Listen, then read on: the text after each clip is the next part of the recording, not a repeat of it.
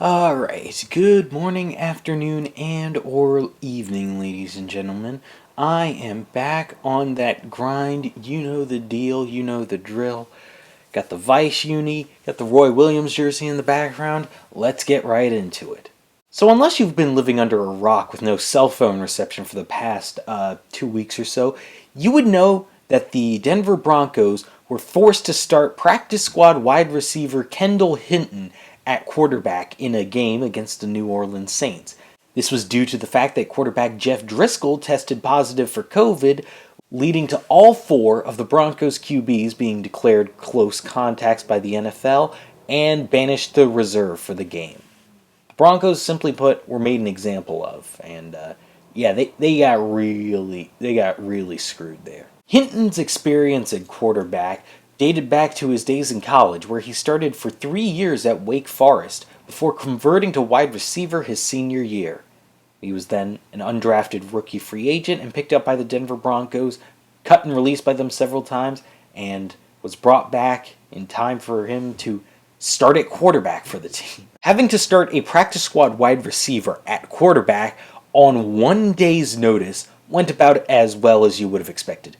Kendall Hinton was 1 for 9 passing with 2 interceptions. This, though, got me thinking, not just about Hinton's situation, but of the plight of several other famous emergency QB moments throughout NFL history. What happened that led up to it? What happened in their debuts, or sometimes only game at the position? And that's about it. We've got 5 stories to go through, all names that you probably should recognize from different points, and that's about it. Alright, roll the intro. I don't really have a good intro right now, but on this channel I like to talk sports. The first story here begins in 1990 with the man known as Brian Mitchell. Now, Brian Mitchell, you of course probably know him as one of the greatest return men in NFL history. Mitchell carved himself an amazing career as a special teamer, having the second most all-purpose yards in NFL history with 2,330, behind only Jerry Rice. This story takes place in Mitchell's rookie year, after he was drafted in the 5th round of the NFL draft by Washington as a running back, even though in college he had been a quarterback primarily. Mitchell was a record setter in college. He became the first player ever in NCAA history to have 5,000 passing yards and 3,000 rushing yards in a career. He also broke the then quarterback rushing touchdowns record with 47. That athleticism that Mitchell had was changed into a running back. That was just the thing at the time. And his role in Washington would be as a scat back / return man, even though Mitchell had never returned a punt or a kick in college. Well, we all know how that worked out for him. However, his time as an NFL quarterback would be short-lived and spawned by desperation. November 12th, 1990, the body bag game. From a statement made by then Eagles head coach Buddy Ryan. Ryan stated that, quote, the Eagles were going to beat them so bad they would have to be carted off the field in body bags. Ryan was almost prophetic. During the course of the game, 9 Washington players would get injured. Washington's starting quarterback, Mark Rippon, was already out with an injury, leaving the starting role to backup quarterback Jeff Rutledge, who would also get hurt in the game. With Rutledge out, their quarterback would be third stringer Stan Humphries. This, of course, took place before the NFL would implement the 3 quarterback rule, which just simply allowed teams to have 3 quarterbacks dressed for game day. This would come back to hurt Washington very badly, as Stan Humphries would also get hurt in the game. Their 4th quarterback, Gary Hodgeboom, was inactive, being still on the practice squad for this game. So, Coach Joe Gibbs went with the only option they had left, which was their rookie scat back who had played quarterback in college. Mitchell had only seen the field on special teams that day, but he would check in as a quarterback late in the 4th. The game was already over at this point. The Eagles were up 28-7. However, Mitchell would put together a solid-ish drive. He would go 3 for 6 for 40 yards passing and score a rushing touchdown on a QB sneak. And then I was going to say something about the fact that Brian Mitchell always has the fact that he started a game at quarterback under his belt, but he has far more impressive NFL records than that. Speaking of, let's move on to the next story, involving less of an NFL record holder, but one of the more interesting stories throughout this entire experience. The protagonist of this story would be Tom Matte, former running back for the Colts in the 60s. However, during his college career, he would play both quarterback and running back. He was a real jack-of-all-trades player and very, very athletic. Matte would be taken 7th overall in the NFL draft of 1960 by the Baltimore Colts to play running back. Their franchise quarterback at the time was Johnny Unitas, and enough said. This story would take place in 1965, a scant 5 years into Matte's NFL career. The year before, the Colts were really, really good. They had made the NFL championship, in fact, and Johnny Unitas had won MVP of the league. However, with 3 games left in the 65 season, Johnny Unitas would end up getting hurt, leaving the starting quarterback role to backup Gary Quazzo. Quazzo's first start would be up against the Green Bay Packers, and concerningly enough, the Colts literally had no other quarterbacks on their roster, to the point where they had Matte beginning to take snaps from behind center to get used to it again. However, he heavily disliked playing the position. He thought he was far better as a running back, had a bad spiral, and kind of lucked into a selection as an All-American as a quarterback in his, I forgot to fact check this, I'm sorry, in his junior year, I believe. So, Matte began hoping and praying that Quazzo would stay healthy so he didn't have to come in as a QB 5 years after he had last played the position. Well, Murphy's Law came into effect, and Gary Quazzo would end up getting hurt. Quazzo suffered a shoulder injury. He would finish out the game against the Packers, however, more importantly, he was ruled out for the upcoming regular season finale against the Los Angeles Rams. Tom Matte would be forced to start at QB. Matte was far from ready. He hadn't played the position in half a decade and didn't know any of the calls for the plays, just how to run them. Colts head coach Don Shula would sort of rectify this issue by giving Matte a wristband with 8 of the Colts plays written on it. Of course, the Colts would also run the ball incessantly in their upcoming game. Matte would finish 1 for 7 on the day as a quarterback with 19 yards and an interception. However, the Colts would win 20-17. As the tactic of run the ball until the Rams bled worked out much better than having your backup running back try and beat them with his arm. This, however, was far from Matte's last experience starting at quarterback, as he would have to start for the team in the 1-game playoff that the NFL had at the time versus the Green Bay Packers. With Matte now being the starting quarterback in the playoffs, the Colts would hold their own. In that game, Matte would go 5 for 12 passing, no touchdowns, and no picks, and getting sacked once. The Colts lost the game, 13-10, off of one of the worst calls in NFL history, as a field goal that was wide at the end of regulation was erroneously ruled good by the referees, giving the Packers the win. And this would lead into the 3rd game that Matte would start at quarterback. And this is just kind of a weird one. The NFL at the time had a sort of 3rd place game, if you will. Of course, there would be the 4 teams playing in the 1-game playoff, and then of course the 2 teams facing in the NFL Championship and later on Super Bowl at the time. But essentially, this 3rd place game was a battle to the death for the 2 teams that had lost in the 1-game playoff.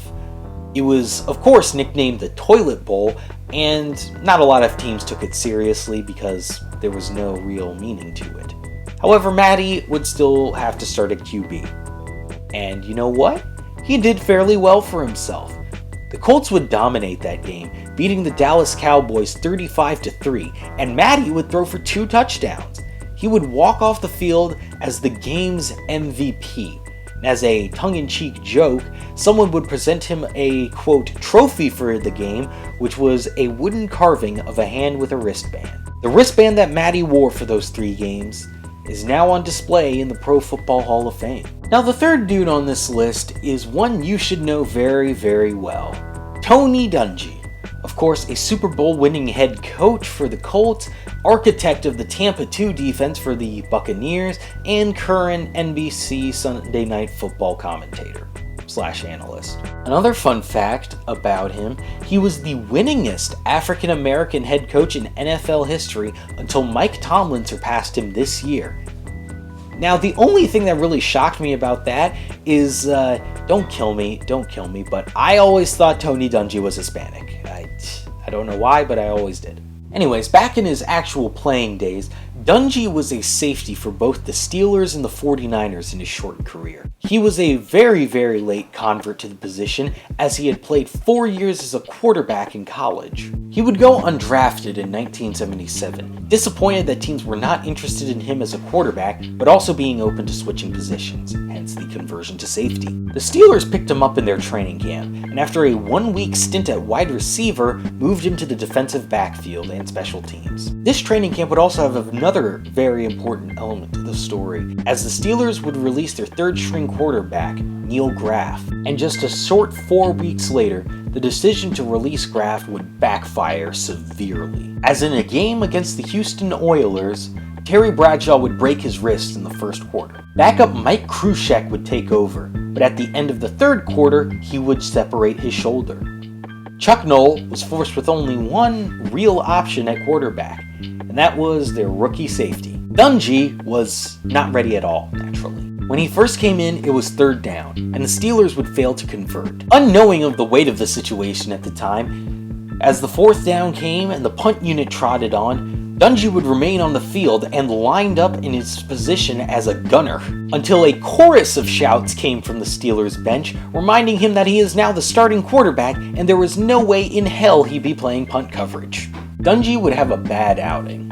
3 for 8 for 43 yards and 2 interceptions. He had only remembered 8 plays from his time at receiver, so those were the only 8 that the Steelers ran for the rest of the game. However, in this game, Dungey would also set a strange NFL record that will probably never be matched again. Due to him being, a safety and all, earlier in the game, Dungey had forced an interception. And with his 2 picks that he threw as a quarterback in the fourth quarter, Dungey is now the most recent player in NFL history to throw an interception and catch an interception in the same game. That's probably never ever going to be seen again in this era of 2-platoon football and practice squads. Let's just say that his time as a coach has been a bit more successful than his time on the field. Now, the next man up on this list is none other than Walter Payton, sweetness himself. What else can I really say about him? One of the greatest players in NFL history, certainly one of the greatest running backs in NFL history, and back in 1984, when he was forced to come in as a quarterback, he was on pace for another incredible season. Payton would play in all 16 games that year, finishing with 1,684 yards and 11 touchdowns. However, as it is a constant throughout their history, the Bears' quarterback situation was very spotty at best. Throughout the 84 season, the Bears would play 6 different quarterbacks with 5 different starters being named. Their penciled-in starter, Jim McMahon, would be injured 9 games into the year. Their second-string quarterback, Steve Fuller, had also been hurt. He was the penciled-in starter for Week 9 after McMahon would go down, but that would force Avellini to start for his final game with the Bears. With Fuller coming back in Week 9, Avellini was waived. Steve Fuller would start for 4 games with the team before he himself was hurt. To compensate for that, the Bears would sign 2 more quarterbacks, Rusty Lish and Greg Landry. Landry was the far more experienced player, but he hadn't picked up the offense in time, and Lish had seen some time in quarterback earlier that year as well, so Lish would get the start in Week 15. Because of Landry's lack of seasoning in the offense, Walter Payton himself would be moved up to the backup quarterback position, as he did not play quarterback at any point in his professional career. However, throughout his career, he had thrown a ton of halfback passes and was really good at them. Lish's time at quarterback would be... He fumbled 4 times through the first quarter and beginning of the second quarter. Mike Ditka would pull him. and put in Walter Payton as the starter after that. They would also break out the super old school single wing offense to compensate for that. In the single wing, the tailback takes the snap and has the option to either run the ball or pass it. Payton wouldn't have a great day as a quarterback. He would go 1 of 4 for a touchdown and an interception. The Bears would lose the game 20-14, even with Lish returning in the second half. Lish would end up going 10 for 23 for 99 yards and those 4 fumbles. Yeah, he was not great. And I just have to wonder, they could have just rolled with Walter Payton for the rest of the game, to be honest. And they probably would have done about the same. Now here's a story you've probably heard before. The tale of one Tom Tupa. Of course, you've probably seen the NFL Films video, the wild and crazy tale of the Jets punter that came in as a quarterback and threw for 168 yards and 2 touchdowns and whatnot. Yeah, well, that's not the entire story. So let's get into a bit more of Tom Tupa's quarterback experience. This begins with Tupa's strange hybridization of positions in college. As he had been recruited as a quarterback, he had been bench warming for 3 years behind Mike Tomczak and Jim Carrastos. However, he was also the team's punter. He would take over as starting quarterback in his senior season, throwing for 2,252 yards, 15 touchdowns, and 12 interceptions. This season, he was also selected as an All-American and All-Big Ten punter. Tupa would be drafted in the 1988 draft as a quarterback by the Phoenix Cardinals. He would be a quarterback exclusively for his first year, playing in 2 games and going 4 of 6 for 49 yards. In his second year, however, things would get interesting. He would start 2 games at QB and play in 14, throwing for 973 yards, 3 touchdowns, and 9 interceptions. He would also have 6 punts that year, averaging 46.7 yards a kick. In 1990, he would start 11 games at quarterback, throwing for 2,053 yards, 11 touchdowns, and 13 picks. This was the last time he would see significant time at quarterback. He would be released and then signed by the Indianapolis Colts to be a third-string quarterback, and see time in 7 games, throwing for 156 yards, 1 touchdown, and 2 interceptions. He would then be released by the team and be on and off the Cleveland Browns practice squad for 1993. In 94, Tupa would be the Browns' starting punter and holder for kicks. His time at quarterback proved valuable, as with the NFL adding in the 2-point conversion as a rule, Tupa would be utilized on trick plays multiple times. He ended up scoring the first ever 2-point conversion in Week 1 of the 1994 season and scored 3 more throughout the year, leading to the nickname of 2-Point Tupa. After starting at punter for the Browns in the 95 season, he would be let go and signed by the New England Patriots in 96. He would play for the Pats for 3 years, being on and off the squad that made the Super Bowl in 1997. After the 98 season though, the Pats would let him walk, and he would sign with the New York Jets for the 1999 season. This is where the story begins. After only 1 quarter at quarterback in the first game of the NFL season, Vinny Testaverde would tear his Achilles. For whatever reason, the Jets at the time did not have a designated second-string quarterback. I don't know what Bill Parcells was thinking, but they didn't. They had their emergency quarterback, Rick Mirer, who was active at the time. However, they had Tupa, who is sort of the backup, but also the starting punter for the team. You see where the issue lies. NFL rules stated at the time that if the emergency quarterback was activated before the 4th quarter, all other quarterbacks active for the game would be deemed ineligible. Parcells did not want to lose his starting punter, so Tupa was in as quarterback. And you know what? He wasn't even that bad. 6 for 11, 165 yards, and 2 touchdowns. The only stain being a fumble that was given up for 7 points. But, you know, every quarterback has growing pains, especially if it's their first time starting at the position in almost a decade. And his time at quarterback would only be for the 2nd and 3rd quarters, as for whatever reason in the 4th, Parcells decided to activate Mirer anyway. Mirer would be pretty bad, 4 of 11 passing, 28 yards, and 2 interceptions. At the end of the game, the Patriots would win on an Adam Vinatieri field goal, 30-28. That year would see the Jets finish 8-8 and barely miss the playoffs by a tiebreaker. You gotta think, that first game against the Patriots was really the tipping point. It was a divisional matchup, and it was against a team that almost made the playoffs as well. If they won that game, maybe they would have won that game by keeping Tupa in. Maybe they would have made the playoffs that year. and maybe it would have worked out a lot better for the Jets suck. And either way, that's all for me today. I hope you enjoyed the video. Like and subscribe and all that. Emergency quarterback stories have always been fascinating to me. And for now, I am out. Deuces.